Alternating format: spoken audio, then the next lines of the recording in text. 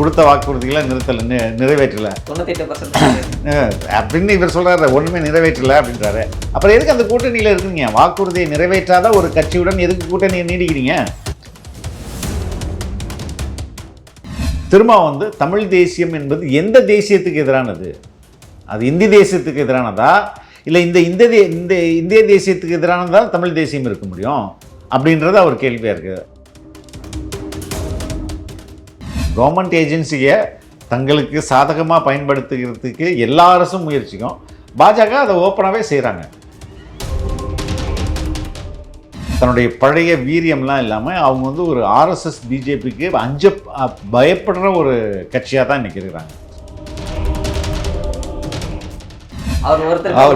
ஒருத்தர் தான் ஒரு சீட் இருந்துமே அந்த கட்சி இருக்குமா என்ன? அதெல்லாம் கட்சியெலாம் இருக்காது. ஒரு 5 வருஷத்துல ஒரு கட்சி உருவாக்கி காலியாகிறத நம்ம கண்கூடாக பார்த்தோம்னா அது மக்கள் நீதி மய்யம் தான். எங்கே இருக்குதாங்க? ஒன்றுமே இல்லையே. இப்போ தெலுங்கு இங்கே இருக்க தெலுங்குக்கு எதிரானதா தமிழ் தேசியம் அப்படின்னு திரும்ப கேட்குறாருல. முதல்ல தமிழர்கிட்ட ஆட்சி வரட்டுங்க, அதுக்கப்புறம் நம்ம அடுத்த ஸ்டெப்பாக அங்கே போவோம்.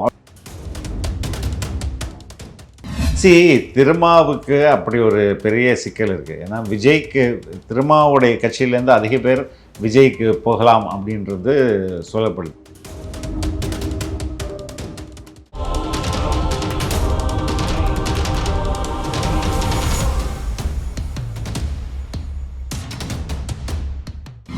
எல்லா பெஞ்ச் நேயர்களுக்கு வணக்கம். இன்னைக்கு நம்ம கூட மூத்த பத்திரிகையாளர் ஃபெலிக்ஸ் ஜெரால்ட் சார் இருக்காரு. அவர்கிட்ட கேட்க நிறைய கொஸ்டின்ஸ் இருக்கு, வாங்க கேட்போம். வணக்கம் சார். வணக்கம். எப்படி இருக்கீங்க சார்? நல்லா இருக்கேன் அன்புதாஸ். சரி, இப்போ ரீசெண்ட் நடந்த திருச்சி மில்ல திரும்ப இன்னொரு முக்கியமான விஷயம் பேசுறாரு. ஏன்னா தமிழ் தேசியத்தை விமர்சிக்கிற மாதிரி இப்போ சீமான் ஒரு அரசியல் பேசுறாருல, அதை விமர்சிக்கிற மாதிரி பேசியிருக்காரு. அதை நீ எப்படி பார்க்குறீங்க? இல்லை, அவர் வைக்கிற சீமான் தமிழ் தேசியம் பேசுறாரு.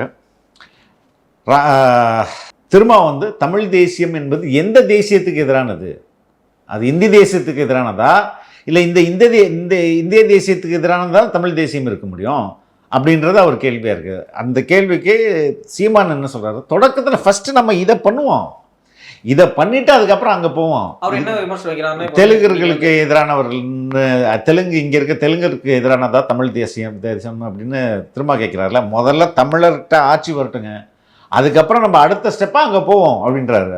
அதனால் சீமானுடைய வளர்ச்சி எல்லாருக்கும் கொஞ்சம் என்ன சொல்கிறது பிடிக்கல அப்படின்றது தான் அதுவும் ஒரு ரீசனாக சொல்ல முடியும். சரி, இப்போ அந்த விமர்சனத்தை வைக்கும் போது அவர் என்ன சொல்கிறாருன்னா, இப்போ நீங்கள் அம்பேத்கரை பற்றி பேசும்போது அவர் வெளி வெளிமொழியில் இருந்த, இப்போ பெரியாரை பேசும்போது கன்னடத்தை, அப்போ நீங்கள் மொழியை ஒரு பேசுபொருளாக வச்சுட்டு இருக்கீங்க. இது எந்த அளவுக்கு அரசியல் புரிதல்னு கேட்குறாருல, அது கரெக்டான கொஸ்டின் தான் தெரியுது. இல்லை, அது சீமான் அதுக்கு எதிரான ஆள் இல்லைல்ல. அவருடைய கோரிக்கை என்ன வருது? தமிழ்நாட்டை தமிழன் ஆளட்டும் ஏன் அப்படின்றது தானே சொல்கிறாரு. தமிழ் தேசியத்தோடைய ஒரு ஒரு ஒரு தமிழில் அக்கறை கொண்ட ஒரு ஆட்சியாக இருக்கணும் அப்படின்றாரு, அவ்வளோதானே. ஆனால் அவர் என்ன அப்சர்வ் பண்ணுறாங்கன்னா, வெளிப்படையாக அப்படி பேசுகிறாங்க. ஆனால் கீழ் மட்டத்தில் அரசியலாக கட்டமைக்கும் போது மொழி ஒரு மொழிக்கு இன்னொரு மொழியை தான் ஆப்போசிட் நிறுத்துற மாதிரி தான் அவர் ஃபீல் பண்ணுறாரு. யாரு? திரும்ப அதான் அவருடைய பேச்சு அப்படிதான். அதுதான் சொல்கிறேன். அது அந்த பக்கம் போகாதீங்க, நாம் தமிழர் பக்கம் போகாதீங்கன்றதுக்காக பேசுறது தானே வந்து திரும்பவும் அது நல்லா தெரியும். சரி, இப்போ அடுத்து நான் முக்கியமாக பேசும்போது இப்போ நடிகர் பின்னாடி அதிகமாக போகிறாங்க அப்படின்ற ஒரு பேசியிருக்காரு. அது விஜய் திரும்ப பேசியிருக்காரு. ஆமாம். இப்போ அந்த மேடையில் அவர் பேசுறது அவருக்கு என்னென்ன பிரச்சனை இருக்கோ, அவங்க கட்சி தொண்டர்கள் எங்கெங்கெல்லாம் போவாங்களோ அவங்கள ஃபுல்லாக அட்டாக் பண்ணுற மாதிரி பேசியிருக்காரு. திருமாவுக்கு அப்படி ஒரு பெரிய சிக்கல் இருக்குது. ஏன்னா விஜய்க்கு திருமாவுடைய கட்சியிலேருந்து அதிக பேர் விஜய்க்கு போகலாம் அப்படின்றது சொல்லப்படுது. அதே மாதிரி எல்லா கட்சியிலேருந்து தான் இப்போ இங்கே இருக்கிற ஒரு மக்கள் தொகையிலேருந்து தானே விஜய்க்கு ஒரு குரூப் ஆஃப் பீப்புள் போகணும். அது ஏற்கனவே ஏதோ ஒரு கட்சியிலேருந்து தானே போய் ஆகணும். அந்த விதத்தில் எல்லா கட்சியிலேருந்தும் விஜய்க்கு போவாங்க. திரும்ப ஓப்பனாக பேசுகிறாரு, திமுகலாம் ஓப்பனாக பேச மாட்டாங்க, அவ்வளோதான். சரி, இப்போ நம்ம சனாதன எதிர்ப்பு அப்படின்னு பேசும்போது சனாதன எதிர்ப்புல திரும்ப இருக்கிற அளவுக்கு திமுக கூட்டணியில் இருக்கிற கட்சிகள் இல்லையோ அப்படின்ற ஒரு மிகப்பெரிய கொஸ்டின். ஏன்னா இப்போ இந்த சைடு முருகன் மாநாடு நடத்துறாங்க, இந்த சைடு அவங்களும் முருகன் மாநாடு நடத்திட்டு போயிருக்காங்க. அப்போ கொள்கை அதான் சொல்ல. திமுக கொள்கை அடிப்படையில் தன்னுடைய பழைய வீரியம்லாம் இல்லாமல் அவங்க ஒரு ஆர்எஸ்எஸ் பிஜேபிக்கு பயப்படுற ஒரு கட்சியாக தான் இன்றைக்கி இருக்கிறாங்க. இப்போ கம்யூனிஸ்டுகள்கிட்ட இருக்க தெளிவோ இல்லை திருமாக்கிட்ட இருக்கிற ஒரு தெளிவோ அவங்கள்ட்ட உறுதியோ அவங்கள்ட்ட இல்லை அப்படின்றது தான் பேசிக்கான ஃபேக்ட். சார், அதே விமர்சனம் நம்ம அதிமுக வைப்போமா? அதிமுக எந்த அடிப்படையிலுமே அவங்க வந்து பிஜேபியோடைய கொள்கை முரண்லாம் அவங்களுக்கும் கிடையாதுல்ல.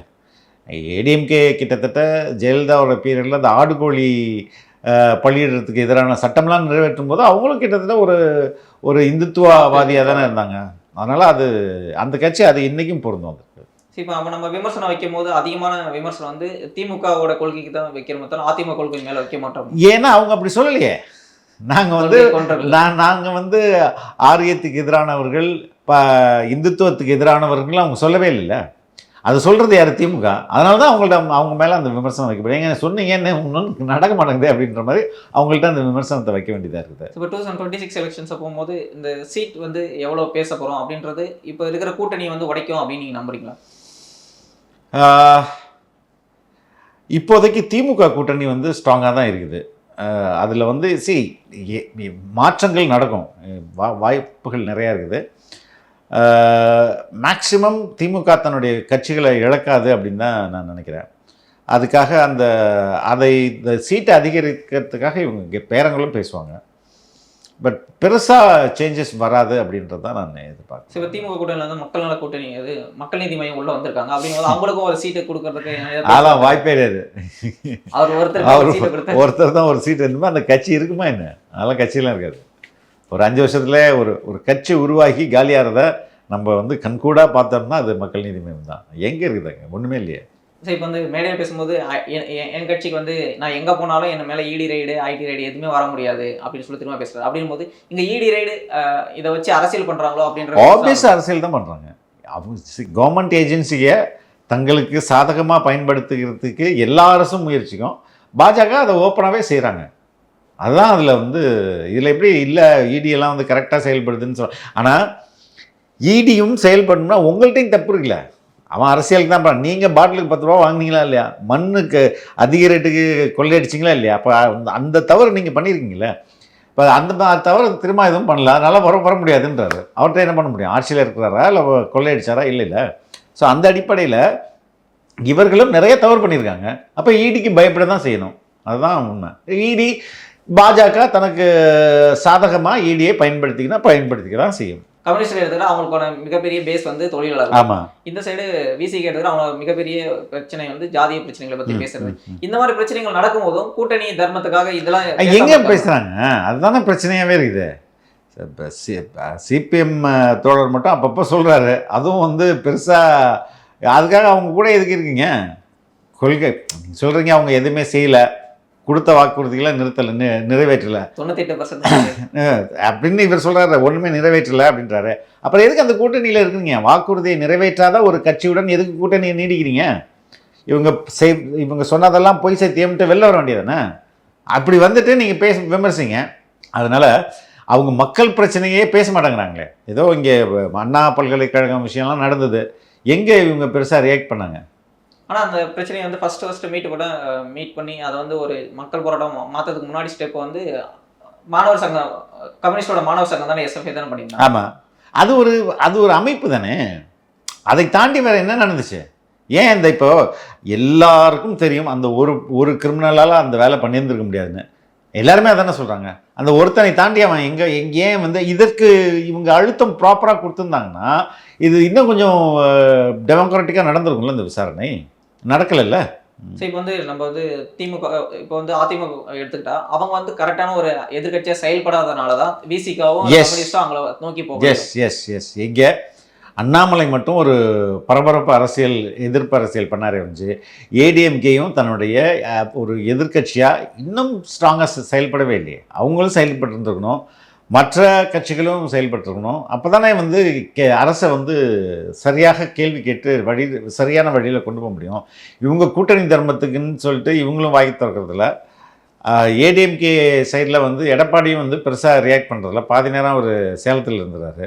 ஸோ அது வந்து இதெல்லாம் திமுகவுக்கு ஒரு அட்வான்டேஜாக இருக்குது. இப்போ வந்து விசிக்கு மேடையில் அவர் பேசும்போது இன்னொரு முக்கியமான விஷயம் என்ன சொன்னார்னா, இங்கே வந்து நம்ம வந்து யூடியூபர்ஸ் அந்த மாதிரி நிறைய அரசியல் விமர்சகர்கள் அவங்க வந்து எந்த அரசியல் புரிதலும் இல்லாமல் எனக்கு வந்து அட்வைஸ் பண்ணுறாங்க அப்படின்ற ஒரு ரொம்ப காட்டமான விமர்சனத்தை வச்சிருக்காரு. நீங்கள் அதை எப்படி எடுத்துக்கீங்க? அவர் வந்து அரசியல் புரிதல் மிக தெளிவான அரசியல் தெரிந்த ஒரு நபர். அவர் சொல்கிற விமர்சனம் தானே, அது பெருசாக எடுத்துக்கணும்னு அவசியம் இல்லை. அதான் சரி. அவர் என்ன சொல்றாருன்னா, இங்க வந்து வெளிய கொண்டுக்குறாங்க. இங்க என்ன அரசியல் நடக்குதுன்னு தெரியாம, என்னை வந்து அந்த கூட்டணிலருந்து பிரிக்கிறது அவங்களோட ஒரே ஒரு நோக்கமா இருக்கு அப்படின்னு பேசுறாரு. இல்ல அந்த கூட்டணியில பிரிக்கிறது நோக்கம் இல்ல. நீங்க அங்கருந்து டெமோக்ராட்டிக்கா செயல்படுங்கன்றது தான் எல்லாருடைய நோக்கமா இருக்குது. ஆனா அவரு என்ன சொல்றாருன்னா, இப்ப வந்து நான் வந்து இருக்கேன். இப்ப வந்து அதிமுக வந்து கரெக்ட்டான எதிர்க்கட்சியா செயல்பட நான் அங்க போயிருப்பேன். அவர் எனக்காக தான் அவர் கரெக்ட். வந்து பிஜேபி கூட்டணிய உடைச்சிட்டு வந்தாருன்னு எனக்கு ஓரளவுக்கு தெரியும். ம். ஆனா அவர் வந்து பிஜேபி அரசியல நான் வந்து பிஜேபி அரசியல எதிர்க்கிறவங்க கூட தான் நிக்க போறேன்றார். அவர் பிஜேபி அரசியல்ல நிக்கலன்னா நான் எங்க போய் நிப்பேன்னு தானே கேட்கிறாரு. கரெக்ட். அவருடைய கேள்வி நியாயமானது. அதற்காக நீங்க வந்து திமுக செய்யற எல்லா தவறுகளையும் கண்ண மூடிட்டு இருந்தா இருக்க முடியுமா? இல்ல. அது தவறு தானே. அவங்க தவறு செய்யும்போது, அவங்க ஊழல் செய்யும்போது, நீங்க வந்து கூட்டணின்றது தேர்தலோட முடிஞ்சு போச்சுல்ல. இது உங்களுக்கு உங்களுடைய கூட்டணின்றது என்னைக்கு ஓட்டிங் என்னைக்கு முடியுதோ அன்னையோட கூட்டணி முடிஞ்சு போச்சு. நீங்க அவங்க ஆட்சியில பங்கு வகிக்கிறீங்களா? இல்ல. அப்ப எதுக்கு அவங்களுக்கு இவ்வளோ சப்போர்ட் பண்ணிட்டு இருக்காங்க? தேவையில்லைல்ல. இப்ப வந்து அரசியல் களத்துல வந்து திருமாவோட முக்கியமான ஒரு ஆர்குமெண்ட்ல இருக்கிறது வந்து ஆட்சியில் பங்கு, அதிகாரம். இத வந்து எல்லா கட்சிகளும் பேச ஆரம்பிச்சிட்டாங்க இப்போ. அதுக்கு அவர் என்ன விஜய் பேசுனது திரும்ப என்ன சொன்னாரு? கரெக்டான டைம் வரல அப்படின்னு சொல்லி. இல்லைங்க, இதெல்லாம் பொதுவெளியில பேசுறாதாங்க. சைடில் உட்காந்து பேசு. எப்படி இது சரி, அதுதான் சொல்றேன். இப்போ அந்த முழக்கத்தை இங்கே தொடக்கியது திரும்ப தான். அந்த முழக்கத்தை ஏன் அப்படியே விட்டாரு? இன்னைக்கு வந்து கட்சி வளர்ந்துருச்சுல, கட்சி பெரிய கட்சியா இருக்குல்ல, அந்த முழக்கத்தை வைக்கலாமே. அவர் என்ன சொல்றாங்கன்னா காலம் கனியில எப்போ கழிக்கா? இதான் சரியான நேரம். அவர் செய்ய மாட்டேங்கிறாரு. அப்போ இப்போ திருமண பொசிஷன் எடுத்துக்கிட்டா நம்ம திமுக கூட்டணியில் நிறைய பிரச்சனை இருக்கு. மற்றவங்க யாரும் கரெக்டான ஒரு கட்சியா செயல்படாதனால தான் அவருக்கு ஒரு மன கஷ்டம் இருக்கும். இல்லைங்க, அப்படி சொல்ல முடியாது. இப்போ விஜய் வந்து ஒரு ஆஃபர் நல்ல ஒரு ஒரு விஜய்ன்றது ஒரு நல்ல ஆப்ஷன் தான் திருமாவுக்கு. ஆதவர்ஜுன் அதான் முயற்சிட்டே இருந்தார். அதுவே ஒரு நல்ல காம்பினேஷன். இப்போ விஜய் வந்து பிஜேபி எதிர்ப்பாளர் தானே.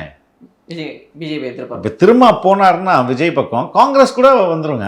ஆமாம், அப்படி வாய்ப்புகள் நிறைய இருக்குது. பட் ஆனால் திருமா தானே அதை செய்யணும். திருமா செய்ய மாட்டேங்கிறாருல, அதான் பிரச்சனை.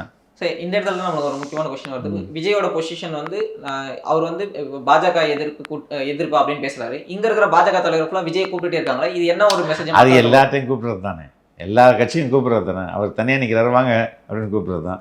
சீமானை கூப்பிடுவாங்க. எல்லா கட்சியும் அழைப்பு விடுறது அவங்களுடைய கடமை, வர்றது வராது அவங்களுடைய விருப்பம். ஆனா பாஜக சார்பா அந்த அளவுக்கு நம்மள எதிர்கட்சியா சொல்ல போற விசிகோ கம்யூனிஸ்டோ கூப்பிட மாட்டாங்களா? விஜய் மட்டும் தன்னோட நட்பு சக்தியா பாக்குற மாதிரி. சரி அப்படி சும்மா அதுக்கு கிண்டல் பண்றது தான். இது பியாண்ட் தட். இது ஒன்று திமுக வீழ்த்தணும்னா எல்லாரும் வாங்கன்றாரு. அதுதான் தான் சொல்றீங்க. ஆமா, இன்க்ளூடிங் விஜய்ன்றாரு. அது சும்மா அது அந்த ஒரு கமெண்ட்டுக்கு ரொம்ப என்ன சொல்றது, முக்கியத்துவம் கொடுக்க வேண்டியதில்லை. சரி, இப்போ விஜய் வந்து பொசிஷன்ல வந்து இப்போ அதிமுக கூட்டணியில ஒரு பேச்சுக்கு நம்ம போறாருன்னா அவரோட ஃபியூச்சர் என்னவா இருக்குன்னு நீங்க எதிர்பார்க்குறீங்க? போக மாட்டார். அவருக்கு வந்து ஃபியூச்சர் வந்து தனியாக என்னதான் ஃபியூச்சர் இருக்குன்னு நீங்க நினைக்கிறீங்களா? இல்லை, அதுதான் ஆய்வுகள் விஜய் கட்சியை பொறுத்தவரை ஆய்வுகள் நிறைய பண்ணி தான், கல ஆய்வு பண்ணி தான் முடிவு பண்ணுவாங்கன்னு நினைக்கிறேன். அவர் இன்னும் அந்த கேம்பெயின்லாம் ஸ்டார்ட் பண்ணும்போது இன்னும் அதிக எண்ணிக்கையில் வாக்கு அவருக்கு வருவதற்கான வாய்ப்புகள் இருக்குன்னு அவங்க நம்புகிறாங்க. அதனால் கடைசி நிமிடத்தில் வேறு ஏதாவது ஸ்மால் சேஞ்சஸ் நடக்குமே ஒழிஞ்சு ஏடிஎம்கே கூட்டணின்றது அது பெருசாக அது அமையாதுன்னு தான் நினைக்கிறேன். சார், நீங்கள் இப்போ சொன்னீங்க அரசியல் வந்து ஒரு நாள் கூட ரொம்ப அதிகமான டைம் அப்படின்னு சொன்னீங்க. விஜய் வந்து 2 வருஷம் கட்சி ஆகிடுச்சு. ஆனால் அவர் முக்கியமான பொசிஷன் எதுவுமே, ஒரு முக்கியமான ஸ்டெப் எதுவுமே பண்ணலன்னு நினைக்கிறீங்க? என்ன பண்ணல? இல்லை சார், இப்போ வந்து மக்களை சந்திக்க போகிறோம் அப்படின்னு சொல்கிறோம். அது வந்து ரொம்ப லேட் ஆகிட்டே இருக்கும். அது ஒன் இயர் இன்னும் ஒரு கரெக்டாக என்ன சொல்கிறது, now we are in June இல்லையா? பை ஜூலை ஆகஸ்ட் அது மாதிரிலாம் தே வில் ஸ்டார்ட். ஸோ உங்கள் நேரத்தை ஒதுக்கி நிறைய கருத்துக்களை தெரிவித்தவங்க ரொம்ப ரொம்ப நன்றி. ரொம்ப நன்றி அன்பதாசன். தேங்க்யூ.